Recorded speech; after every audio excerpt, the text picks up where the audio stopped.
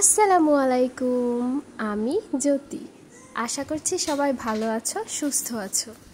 আজকে ব্লগটা শুরু করলাম সকাল থেকে। তো তোমরা নিশ্চয়ই ক্যাপশন দেখে বুঝে গিয়েছো যে আমি কিসের জন্য রুমটা ক্লিন করছি। শুধু রুমই নয়, আমি পুরো বাড়ি আজকে ক্লিন করেছি। তো কিসের জন্য করেছি তোমরা অবশ্যই দেখতে পাবে, কারণ আজকে আমাদের বাসায় স্পেশাল একজন গেস্ট আসবে। আর গেস্টটা কে অবশ্যই তোমরা দেখতে পাবে, তবে সাথে থাকো আর সম্পূর্ণ ভিডিওটি তোমরা দেখো। তো গাইস, সকাল সকাল উঠে কাজ করা শুরু করে দিয়েছি। ফার্স্টে নিজের রুমটা ক্লিন করে নিচ্ছিলাম, অনেক বেশি ময়লা হয়েছিল, এই জন্য রুমটা সুন্দর করে পরিপাটি করে নিচ্ছিলাম। আর তো এইদিকে গাইস, আজ থেকে 2-3 বছর আগে আমি এখানে কিছু বাটারফ্লাই কালার পেপার দিয়ে বানিয়েছিলাম, সেগুলাও সুন্দর করে ক্লিন করে নিচ্ছিলাম। তো একটু অন্ধকার থাকার কারণেই তোমরা দেখতে পাচ্ছিলে না ঠিক মতো, এই জন্য আমি লাইটটা জ্বালিয়ে নিয়েছি যাতে তোমরা দেখতে পাও। তো এইদিকে পর্দা জানালা সব কিছুই পরিষ্কার করে নিচ্ছিলাম। তো গাইস, এতদিন আমি ভিডিও কেন দিতে পারিনি সেটা তো তোমাদেরকে এর আগের ভিডিওতে বলেইছি। হ্যাঁ, ইউটিউব থেকে আমার অনেক বেশি প্রবলেম দেখা দিয়েছিল, যার কারণে 1 সপ্তাহের জন্য আমার চ্যানেলটা সাসপেন্ড করে দিয়েছিল। এ কারণে ভিডিও দিতে পারি নাই। আমি তো অনেক ভয় পেয়ে গিয়েছিলাম যে আগেরবারের মতো হয়তো বা এবারও আমার চ্যানেলটা যেভাবে নষ্ট হয়ে যাবে। অনেক বেশি টেনশনে ছিলাম, অনেক কান্নাও করেছিলাম এটার জন্য। মন অনেক খারাপ ছিল। তোমাদেরকে তো সেইভাবে বলা হয়নি, তবে আল্লাহর রহমতে আমি আমার চ্যানেলটা ফিরে পেয়েছি। তোমরা সবাই দোয়া করবে আর তোমরা সবাই আমার পাশে থাকবে, আমি যেন অনেক দূর এই চ্যানেলটা নিয়ে এগিয়ে যেতে পারি। কারণ এর আগে আমার একটা চ্যানেল ছিল যেটা নষ্ট হয়ে গিয়েছিল। আসলে তখন ইউটিউব বিষয়ে তেমন জানতাম না, যে অনেক রুলস আছে। তো আল্লাহর রহমতে এখন সব কিছুই জানি, এই জন্য সব রুলসগুলো আমি মেনে চলি। তো গাইস, এই তো বেডশিটটাও পেরে নিলাম, সুন্দর করে রুমটা পরিষ্কার করে নিয়েছি। তো গাইস, এইদিকে বেডশিট পাড়তে গিয়ে তো একটা কাজ করে ফেলেছি, আহত হয়ে বসেছিলাম, হাত কেটে ফেলেছিলাম। তো পরে এসে বেডশিটটা আম্মুই আর কি বালিশের কাভারগুলো ভরে দিয়েছিল।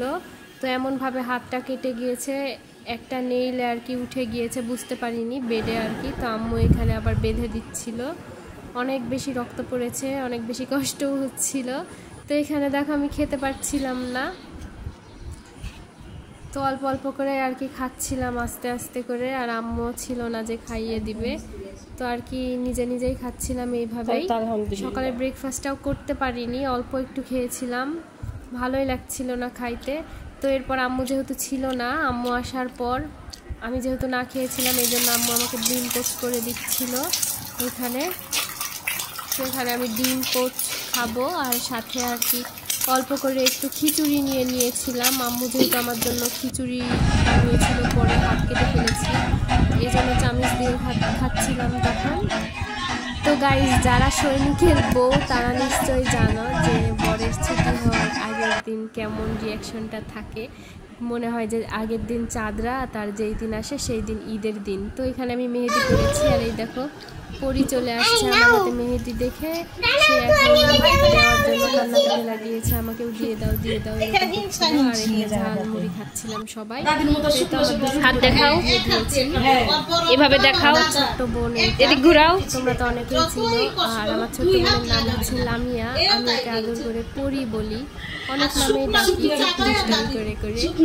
পরি হাতে দিয়ে দিয়েছে সুন্দর করে সিম্পল ডিজাইন। তো সে তো অনেক খুশি, তাই বলছিলাম যে আসো 2 বোন দেখাই সবাইকে। আর এইদিকে সন্ধ্যার পর আম্মু এদিকে আমাদের জন্য পাস্তা বানাচ্ছিল, যেহেতু আমার মামাতো বোনও এসেছে, এই জন্য আর কি। ওর বাসা বেশি দূরে না, এই কারণে ও চলে আসে, আর বাবুকে একদিন না দেখলে ভালোও লাগে না। আর এই দিকে দেখো আমার আব্বু জামাই আসবে, এই কথা শুনে আমার আব্বু মাছ নিয়ে চলে আসছে বাজার থেকে, বড় বড় ডিমালা মাছগুলো। এখানে আম্মু মাছ কাটছিল। আর আমার আবার একটা অভ্যাস আছে গাইস, আমি যেই মাছ ধরবো বা টাচ দিব সেই মাছ আমি খেতে পারি না, ওই মাছের স্মেলের জন্যই আমার আর পরে ভালো লাগে না। তারপরে আম্মুকে একটু একটু হেল্প করে দিচ্ছিলাম, মাছ কাট করে দিয়েছিলাম, মানে এইভাবে আর কি মাছের আইসগুলো ছাড়িয়ে দিচ্ছিলাম আম্মুকে। এই একটা কথা কি বলবো গাইস, আমি আর এই মাছ খেতেই পারিনি এই গন্ধর জন্য। তো এইদিকে গাইস আকাশের অবস্থা এত খারাপ, ঝড় উঠে গিয়েছিল। বিকাল টাইম প্রায় 3টা বাজে, হ্যাঁ তখন দুপুরে আর কি। এত সুন্দর বাতাস, তো আম্মুকে বললাম যে আম্মু চলো আমরা গিয়ে একটু ফটোশ্যুট নিয়ে আসি, ঝড় উঠেছে। তো আমি আর আম্মু মিলে আর কি বাইরে ফটোশ্যুট নিতে গিয়েছিলাম। এত বাতাস আর এত সুন্দর। তো গাইস চলো দেখি আমার সৈনিক সাহেব কত দূর। সে প্রায় 3:30টার সময় এই তো গেট থেকে বের হয়েছে। অ্যান্ড গেট থেকে বের হয়েই সে এখন সিএনজিতে দেখো জ্যোতি, এটা ক্যান্টনমেন্ট, এখানে থাকি। আমি পরে অ্যাড করে দিব, সবার সাথে শেয়ার করবো। এই তো তোমাদের ভাই সিএনজিতে উঠে গিয়েছে, ক্যান্টনমেন্ট থেকে আর কি বের হচ্ছে বাসের উদ্দেশ্যে। চলো ততক্ষণ আমি এইদিকে কি করছি সেটা দেখো। তোমাদের ভাইয়া ওইদিকে আসছে আর এইদিকে আমি কি করছি, দুইজনার সেই ডেইলি লাইফটা শেয়ার করলাম। যে সে মানে তোমাদের ভাইয়া যেদিন আসে সেদিন আমাদের কিভাবে সারাদিন কেটেছিল। তো গাইস এইখানে আমার ভাই কোচিং শেষ করে আসছিল, আর কি বলবো এত বাতাস ঝড় উঠে গিয়েছিল। আমি টেনশনে ছিলাম যে তোমার ভাইয়া আসবে, ওর যে কি অবস্থা, ওইদিকে কি ঝড় বৃষ্টি হচ্ছে কিনা। তারপরে সে বললো যে নেই। তো এই দেখো তোমাদের ভাইয়া সিএনজিতে, আর সিএনজি থেকে নেমে সে বাসে উঠেছে। সেদিনের জার্নিটা তার আসলেই অনেক কষ্ট হয়েছিল, কারণ সে কোনো বাস পায় নাই, এই জন্য লোকালভাবে আসছিল। লোকাল বাসে 4টা বাস চেঞ্জ করা লেগেছিল ওর, কিন্তু যেহেতু 3টার সময় রওনা দিয়েছে, ও কিন্তু 9টার মধ্যে আসতে পারতো, বাট 11টা বেজে গিয়েছিল। অনেক কষ্ট হয়ে গিয়েছিল।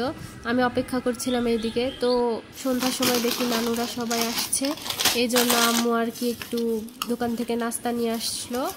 তো এখানে আর কি সব নাস্তাগুলো রেডি করছিল। ও তো আস্তে আস্তে অনেক দেরি আছে, কি আর করব, এই জন্য আর কি সব রেডি করছিল আম্মু। আর আমি তোমাদের সাথে কিন্তু 2 দিনের ভ্লগ শেয়ার করলাম, এটা সন্ধ্যার সময় নাস্তা আর কি।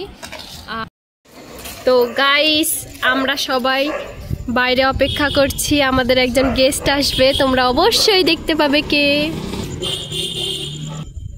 এই যে ওয়েলকাম পাপা, তা আমি আর আমাদের বাবু সোনা আর বাবু সোনার মা আমরা বাইরে দাঁড়িয়ে। পাপা মেলে পাপা আমার কোলে আসবে এখনই। ওকে গাইস, নেক্সটে দেখা হচ্ছে। গাইস ওইখানে থেকে থেকে ক্লান্ত হয়ে গিয়ে আমার এইখানে এসে শুয়েছে। কি আব্বু, ওর আম্মুর কাছে চা দেখেছে, এখন সে চা খাবে। এটা তোমার খাবার না। দেখি দেখি দেখি দেখি, ও ও ও এই যে যে যে দেখি আমরা ভিডিও করি, এই যে ভিডিও ও মগ এনে দেওয়ার পর চুপ হয়ে গেছে। গাইস চলো, সেই সময় চলে আসছে। আম্মু আব্বুরা বাইরে দাঁড়িয়ে আছে।